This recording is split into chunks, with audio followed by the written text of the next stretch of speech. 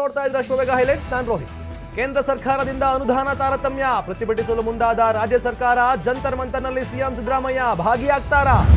ಕೇಂದ್ರದ ವಿರುದ್ಧ ಕಹಳೆ ಮೊಳಗಿಸಲು ಸಜ್ಜು. ಖುದ್ದು ಡಿಸಿಎಂ ಡಿಕೆ ಶಿವಕುಮಾರ್ ಸ್ಥಳ ಪರಿಶೀಲನೆ. ರಾಜಕೀಯ ಮರೆತು ನಾಡಿನ ಪರ ನಿಲ್ತಾರಾ ವಿರೋಧ ಪಕ್ಷ? ಲಾಸ್ ಏಂಜಲೀಸ್ನಲ್ಲಿ ಗ್ರಾಮಿ ಸಮಾರಂಭ. ಭಾರತಕ್ಕೆ 3 ಗ್ರಾಮಿ ತಂದುಕೊಟ್ಟ ಜಾಕೀರ್ ಹುಸೇನ್. ಲೋಕಸಭೆಗೆ ಎರಡೂ ಪಕ್ಷಗಳು ಹರಸಾಹಸ. ಕೇಂದ್ರ ಕಾಂಗ್ರೆಸ್ನಿಂದ ಭಾರಿ ಗೊಂದಲ. ಖರ್ಗೆ ಬದಲು ಅಳಿಯ ರಾಧಾಕೃಷ್ಣರನ್ನ ಎಲೆಕ್ಷನ್ಗೆ ನಿಲ್ಲಿಸ್ತಾರಾ? ಇಂದು ಅನ್ನದಾತರಿಂದ ಬೆಂಗಳೂರು ಚಲೋ. 11 ಗಂಟೆಯಿಂದ ಶುರುವಾದ ಫ್ರೀಡಂ ಪಾರ್ಕ್ನಲ್ಲಿ ಹೋರಾಟ. ಸಿಎಂ ಸಿದ್ದರಾಮಯ್ಯಗೆ ಒತ್ತಾಯ ಪತ್ರ ಸಲ್ಲಿಸಲಿರುವ ರೈತರು. ಮೊದಲನೇ ಸುದ್ದಿ ನೋಡ್ತಾ ಹೋಗೋಣ. ಕೇಂದ್ರ ಸರ್ಕಾರ ಅನುದಾನ ತಾರತಮ್ಯ ಮಾಡುವ ವಿಚಾರಕ್ಕೆ ರಾಜ್ಯ ಸರ್ಕಾರ ನಾಳೆ ದೆಹಲಿಯಲ್ಲಿ ಪ್ರತಿಭಟಿಸಲು ಮುಂದಾಗಿದೆ. ಈ ಪ್ರತಿಭಟನೆಯಲ್ಲಿ ಸಿಎಂ ಸಿದ್ದರಾಮಯ್ಯ ಕೂಡ ಭಾಗಿಯಾಗ್ತಾ ಇದ್ದು ಎಲ್ಲರೂ ಪಾಲ್ಗೊಳ್ಳುವಂತೆ ಮನವಿ ಮಾಡಿದ್ದಾರೆ. ಸಿಎಂ ಸಿದ್ದರಾಮಯ್ಯನವರು ರಾಜ್ಯದ ಎಲ್ಲಾ ಸಂಸದರಿಗೆ ಪತ್ರವನ್ನು ಬರೆದಿದ್ದಾರೆ. ಜೊತೆಗೆ ಅನುದಾನ ತಾರತಮ್ಯ ಖಂಡಿಸಿ ದೆಹಲಿಯ ಜಂತರ್ ಮಂತರ್ನಲ್ಲಿ ನಡೆಯುವ ಹೋರಾಟದಲ್ಲಿ ಭಾಗವಹಿಸುವಂತೆ ಪತ್ರದಲ್ಲಿ ತಿಳಿಸಿದ್ದಾರೆ. ಈ ಹೋರಾಟಕ್ಕೆ ಬೆಂಬಲ ನೀಡಿ ಪ್ರತಿಭಟನೆಯಲ್ಲಿ ಪಾಲ್ಗೊಳ್ಳುವಂತೆ ಮುಖ್ಯಮಂತ್ರಿ ಸೂಚಿಸಿದ್ದಾರೆ.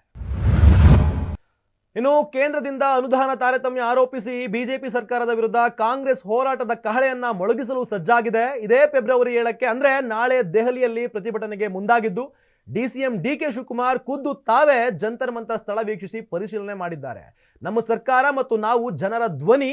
ಇದು ನಮ್ಮ ಧ್ವನಿಗಿಂತ ಜನರ ಧ್ವನಿಯಾಗಿದೆ. ನಮ್ಮ ತೆರಿಗೆ ನಮ್ಮ ಹಕ್ಕು. ನಮ್ಮ ನಾಡನ್ನ ನಾವು ರಕ್ಷಣೆ ಮಾಡೋದು ನಮ್ಮ ಕರ್ತವ್ಯವಾಗಿದೆ.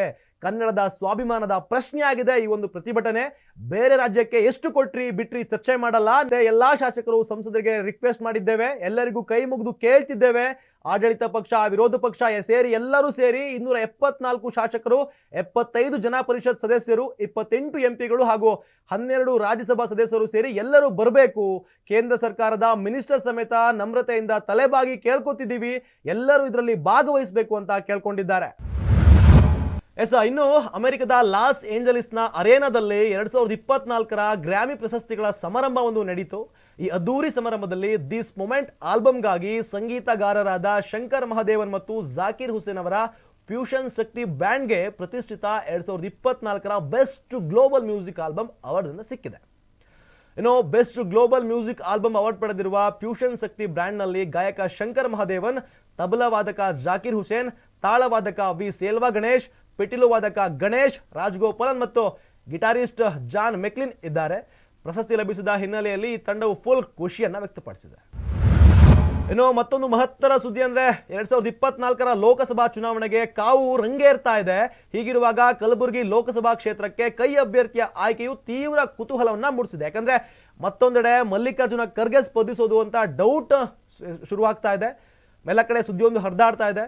ಕಲಬುರಗಿ ಎಐಸಿಸಿ ಅಧ್ಯಕ್ಷ ಮಲ್ಲಿಕಾರ್ಜುನ ಖರ್ಗೆ ಅವರ ತವರು ಕ್ಷೇತ್ರವಾಗಿದ್ದು ಖರ್ಗೆ ಇಲ್ಲಿಂದ ಸ್ಪರ್ಧಿಸ್ತಾರಾ ಅಥವಾ ಇಲ್ಲವಾ ಎಂಬ ಅನುಮಾನವೊಂದು ಈಗ ಮೂಡ್ತಾ ಇದೆ. ಮತ್ತೊಂದೆಡೆ ಈ ಬಾರಿ ಲೋಕಸಭಾ ಚುನಾವಣೆಗೆ ಖರ್ಗೆ ನಿಲ್ಲದಿರಲು ತೀರ್ಮಾನ ಮಾಡಿದ್ದಾರಾ ಎನ್ನುವ ಪ್ರಶ್ನೆಯೂ ಕೂಡ ಹುಟ್ಟುಕೊಂಡಿದೆ. ಅದರ ಜೊತೆಗೆ ಪಕ್ಷದ ಜವಾಬ್ದಾರಿಯ ಹಿನ್ನೆಲೆಯಲ್ಲಿ ಸ್ಪರ್ಧೆಯಿಂದ ಹಿಂದೆ ಸರಿತಾ ಇದ್ದಾರಾ ಎಂಬ ಪ್ರಶ್ನೆಯೂ ಕೂಡ ಎಲ್ಲರನ್ನ ಕಾಡಲಾರಂಭಿಸಿದೆ.